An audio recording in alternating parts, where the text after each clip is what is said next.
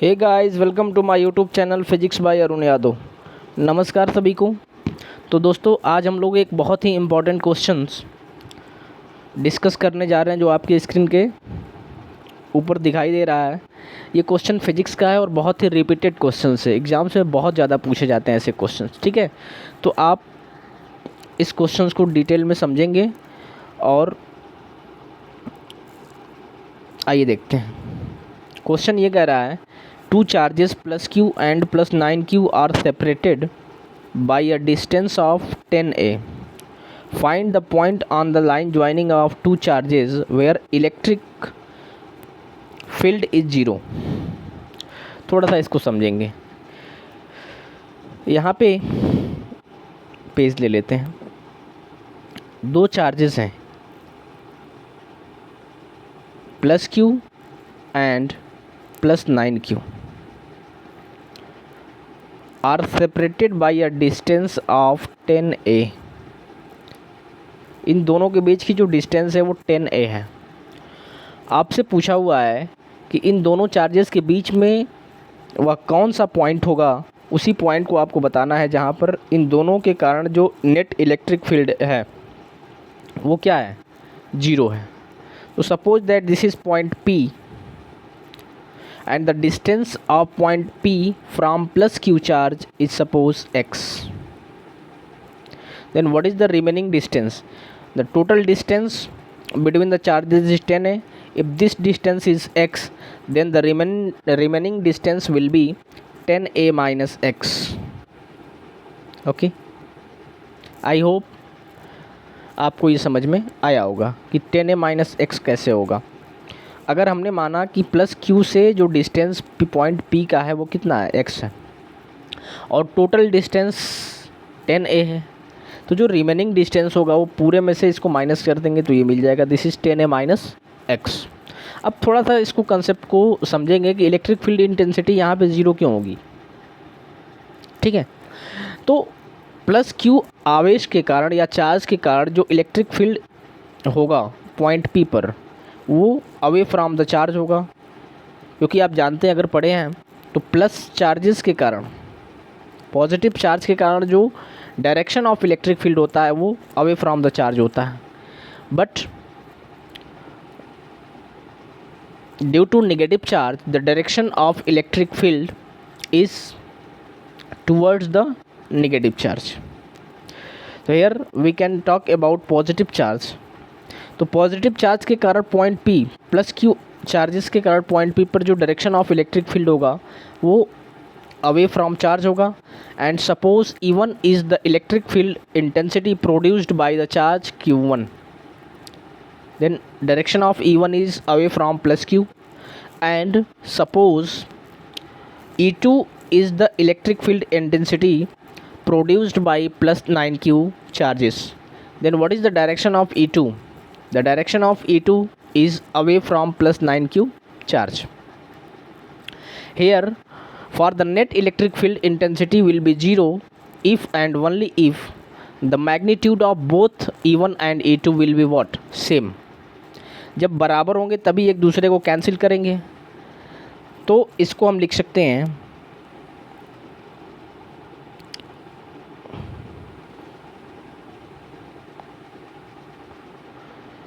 इसको हम क्या लिख सकते हैं कि magnitude of E1 will be same as magnitude of E2, क्योंकि क्वेश्चन में कह रहा है कि वह कौन सा ऐसा पॉइंट, मान लेते हैं suppose that this point is P and the distance of point P is from Q is x, then what is the remaining distance, this is 10a minus x। According to the questions the point P at which the net electric field intensity produced by plus q charges and plus 9q charges will be what? 0. For this magnitude of E1 बराबर magnitude of E2, ठीक है, यही possibility है। तभी इस point P पर जो net electric field intensity होगी produced by both the charges will be what? 0 होगी। तो E1 बराबर E2। E1 कैसे आप निकालोगे? 1/4 pi epsilon not the charges divided by the distance between the points and charges. Then E1 is nothing but this is kq upon x square, kq upon x square. This is equals to, what is E2? Here k is what? 1 upon 4 pi epsilon naught, and q is magnitude of charge, and x is the distance between point P and charges q. And E2 will be k into plus 9q divided by the distance between these 10a minus x whole square. Okay, q k will be cancelled. Then what will be get? This is x square बराबर कितना होगा? यहाँ पे थोड़ा सा इसको देखेंगे, direct नहीं करेंगे. 1 upon x square is equals to 9 upon 10a minus x whole square. अब क्रॉस मल्टीप्लाई करोगे आप तो 9x square is equals to 10a minus x whole square. दोनों तरफ स्क्वायर रूट ले लो तो क्या बचेगा? इसको थोड़ा सा इसको मॉडिफाइड और कर लेंगे. इसको क्या लिख सकते हैं हम? 3x का होल स्क्वायर बराबर 10a माइनस एक्स का होल स्क्वायर. ठीक है, अब दोनों तरफ स्क्वायर रूट लोगे, स्क्वायर से स्क्वायर कैंसिल हो जाएगा. ठीक है, बचेगा क्या? 3x बराबर 10a माइनस एक्स. एक्स को इधर शिफ्ट करेंगे तो कितना हो जाएगा? 3x, और इधर आएगा माइनस है तो इधर आएगा प्लस हो जाएगा. तो 4x बराबर 10a. तो x is equals to 10a upon 4, और इसी को हम क्या लिख सकते हैं? 2.5a. तो this is the distance from plus q charge to point P at which the net electric field intensity produced by plus q charges and plus 9q charges will be what? 0. Okay, अब अगर थोड़ा सा हम बात करें,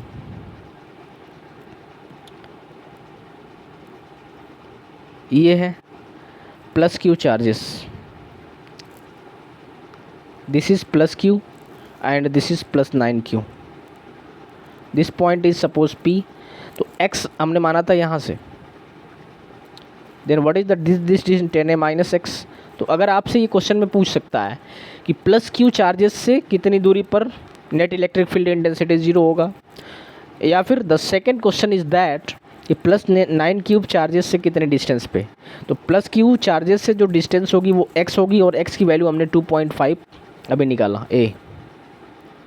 तो 2.5a जो होगी डिस्टेंस, वो कहाँ से होगी? प्लस q चार्ज से होगी.